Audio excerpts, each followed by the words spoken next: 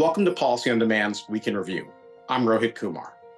What would you tell clients are your takeaways from this week?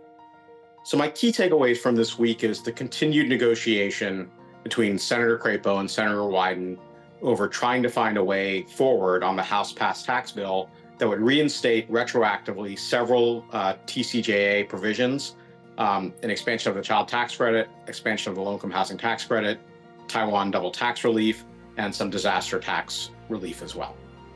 Which question related to policy did you get asked the most, and how did you respond? So the question I got asked the most this week was whether this tax bill is going to pass the Senate, and if so, when. My response was as follows. There are basically two paths forward as I see it.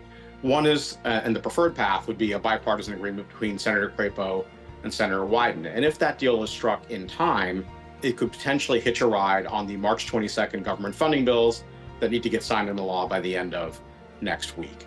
Failing that agreement, I would be very surprised if in the month of April we did not see Senator Schumer file cloture on the motion to proceed to the House-passed bill and test the theory about whether or not there are 60 votes for the bill as is without further amendments. Those are kind of the two paths forward. Preferred would be March 22nd in a bipartisan way, but I think failing that, we'll see if there are 60 votes for the bill on the Senate floor, maybe the first or second week of April. Where should companies focus their attention in the coming week? So in the coming week, I would focus on these ongoing negotiations between Senator Crapo and Senator Wyden, and do they reach an agreement in time to hitch a ride on the March 22nd government funding bill? Failing that, I would keep an eye on the Senate floor, and particularly whether or not Senator Schumer begins the process of putting the House-passed bill on the Senate calendar, which he has not yet done.